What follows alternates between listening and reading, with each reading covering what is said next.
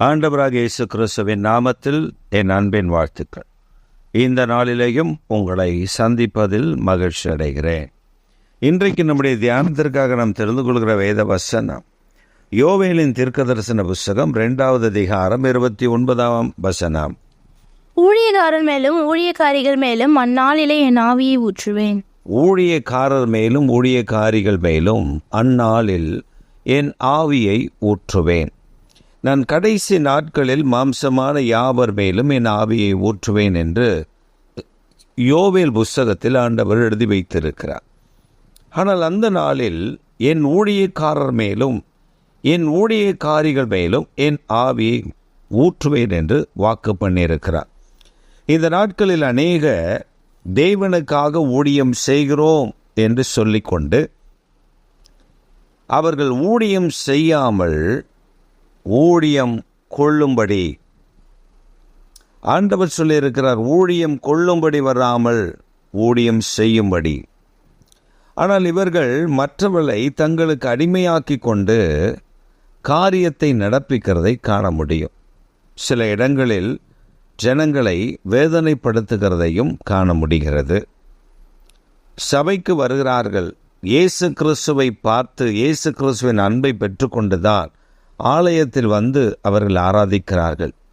ஆனால் சிலரை நான் பார்த்திருக்கிறேன். சில வெளி இடங்களுக்கு நான் செய்தி பிரசங்கிப்பதற்காக போகும் பொழுது அந்த இடங்களிலெல்லாம் சில ஆட்களை ஊழியக்காரர்கள் என்று தங்களை அறிமுகப்படுத்தி கொள்ளுவார்கள்.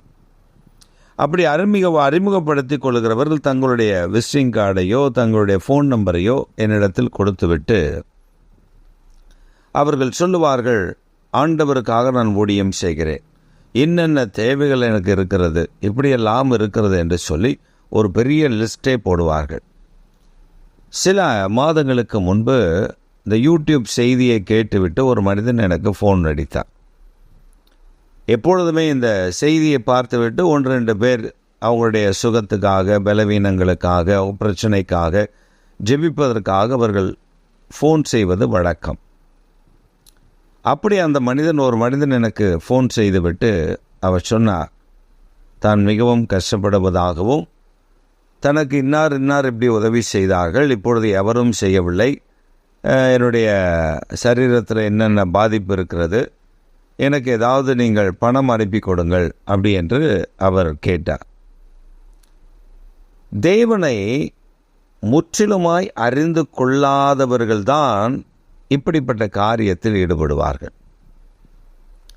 நான் இந்த ஊழியத்தில் வந்த நாள் முதல் இந்நாள் வரை ஆண்டவரிடத்தில் ஒரு காரியத்தை நான் கேட்டேன். அது கிருபையாய் ஆண்டவர் நடத்தி வருகிறார்.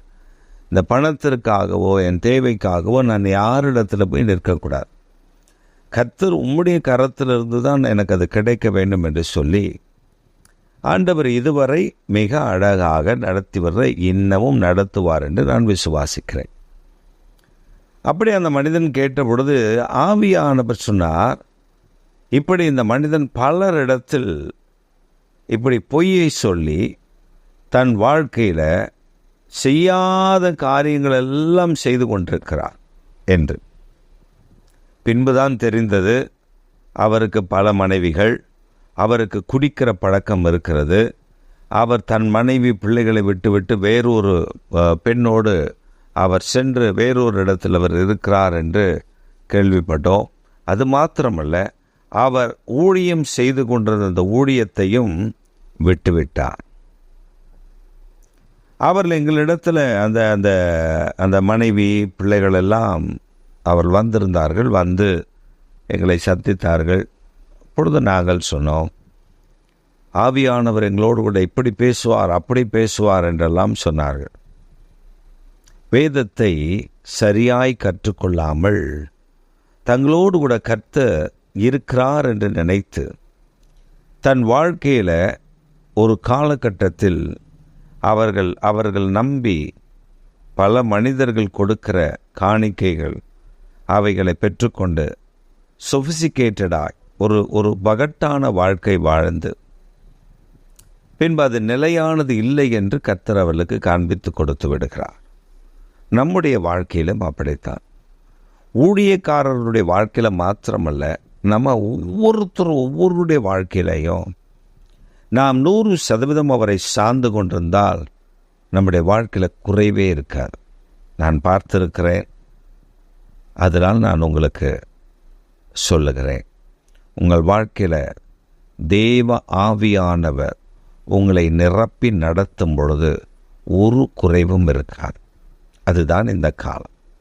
இந்த கடைசி நாட்களில் அவருடைய ஆவியானவர், பரிசுத்த ஆவியானவர் உங்களுக்குள்ளேயும் எனக்குள்ளேயும் வாசம் பண்ணும் பொழுது நம்மை கொண்டு அவர் தேவனுடைய திட்டத்தை நிறைவேற்ற ஆரம்பித்து விடுவார். அநேகர் தேவ திட்டத்தை நிறைவேற்றுவதில்லை, தங்கள் திட்டங்களை நிறைவேற்றுகிறார்கள். தனக்கு ஒரு வீடு, தனக்கு ஒரு காரு, தனக்கு வேண்டிய வசதிகள், வாய்ப்புகள். உங்களுக்கு வசதி வாய்ப்புகளை கர்த்தர் கொடுக்கிறது தவறென்று நான் சொல்லவில்லை. ஆனால் அதற்காகவே பிரயாசப்படுவது அதுதான் தவறு. அதை அனுபவிக்காமல் போய்விடும் என்று தான் நான் உங்களுக்கு சொல்லுகிறேன். ஆவியானவர் நம்மை வழிநடத்தும் பொழுது அவருடைய ஊழியக்காரர் மேல் கடைசி நாட்கள் அவர் ஊற்றுகிறார். பரிசுத்த ஆவியானவர் அவர்கள் ஒவ்வொருவரையும் நிரப்புகிறார் என்று சொல்லும் பொழுது அந்த ஊழியம் மகிமை நிறைந்ததாக இருக்கும், ஆசீர்வதிக்கப்பட்டதாக இருக்கும். தேவனுடைய வார்த்தை மிக வலிமையோடு கடந்து வருகிறதாக இருக்கும். இன்றைக்கு உங்களை கர்த்தர் அப்படி மாற்ற விரும்புகிறார். தேவைக்காக ஓடுகிறது அல்ல, தேவைக்காக வாழ்கிறது அல்ல, தேவைக்காக பிரயாசப்படுகிறது அல்ல. கர்த்தருடைய நாமத்திற்கு உண்மை உள்ளவர்களாக ஒரு சின்ன வேலை செய்தாலும் அவர் ஊழியக்காரர் தான். ஒரு சின்ன வேலை ஆண்டவருக்காக செய்தாலும் அவர் அந்த மனுஷ ஊழியக்காரி தான். கர்த்தர் கடைசி நாட்கள் அவளை நிரப்ப போகிறார். ஆவியானவர் நிரப்பிவிட்டால் அவருடைய வாழ்க்கை பிரகாசமாய் மாறிவிடும், நடுப்பகலின் வெளிச்சத்தை போல மாறிவிடும். பேதுருடைய வாழ்க்கையில் கர்த்தர் வருகிற வரை, ஆவியானவர் நிரப்புகிற வரை காத்திருக்க வேண்டியது இருந்தது. ஆவியானவர் நிரப்பின பின்பு பேதுருவை கொண்டு கர்த்தர் பலத்த கிரியைகளை செய்தார். அவர்கள் தேவைக்காக எங்கேயும் போய் நிற்கவில்லை. வெள்ளியும் பொண்ணும் எங்களிடத்தில் இல்லை, ஆனால் எங்களிடத்தில் ஒன்று இருக்கிறது. பரிசுத்த ஆவியானவருடைய பலன், இயேசுவின் நாமம் அற்புதங்களை செய்கிற பலன் எங்களுக்குள் இருக்கிறது என்று அவர்கள் முடவர்களை எழுப்பி விட்டதை பார்க்கிறோம். இதேதான் உங்களுக்கும் கர்த்தர் உங்களோடு கூட பேசுகிறார், என்னோடு கூடயும் பேசுகிறார். என்ன ஆவியானவர் சொல்ல விரும்புகிறார்?